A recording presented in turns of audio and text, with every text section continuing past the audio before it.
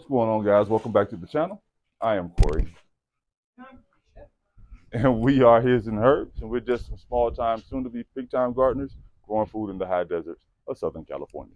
So the clip that you just saw was how the day in the last video started. You saw that we was out watering the garden. Watering our plants out front. So if you watch we were planting 100 or 200 or whatever Pepper's video. In that video, we told you guys that we were having our first ever plant sale, right? So we bought some of those plants out that morning to harden off. Actually, they had been sitting out all day because they had been sitting out for a couple of days because the weather had been permitting. So they had been sitting out, hardening off all day, all night. Well, the day of that video that you just saw, we still had our plants for the plant sale out here in the front. And so when all that hail started, when all hail broke loose, our plants, a lot of these plants for the plant sale had gotten not destroyed, but they were severely damaged, like these greens. These are Bates collards and something else. And a lot of these, like the melons, you see that water, still got the standing water from, yeah, it's windy out here now. And it's actually a 50% chance of rain today. 50? Yeah, so a lot of this stuff actually got damaged during that storm. The table fell down. The table fell and everything. I think I was recording when it happened. Yeah, and it's and we actually got like BB size hail. Strawberries look at the strawberries. They were looking really good, and now, but a lot of this stuff actually bounced back, but we did lose quite a bit. But it's no big deal because we actually planted so much that we can just replace some of the stuff except the strawberries. The strawberries, that was the last of them. So we had a tray in the back that was hardening off, and then we had this tray up here hardening off. We had a flat in the back. I hadn't gotten a chance to up pot them yet. So those are gone. Those got, y'all can see where my hairline used to be. Those are gone. Those are, they're done. So I don't have any more. Like those strawberries is all that we have left. And if you know anything about growing strawberries from seed, they take forever. So now here we are. We're coming out today, this morning, because our city gives away free compost every Saturday from 10 to 2. And I am running late because it's almost 11 and I got to make like 3 trips. And the reason why is because last week they were actually closed because it rained last Saturday. So it just missed it. And they were like, oh, inclement weather, we're shutting down. So we didn't get to get in the compost last week. So we got to go 3 times today to make up. 1 for last week, 1 for this week. And then we're also planning a trip out to the land. And we want to take as much compost and superfood with us as we can. And since it's looking like it's going to rain today, I need to hurry up and get to this place before they try to shut down because of inclement weather again.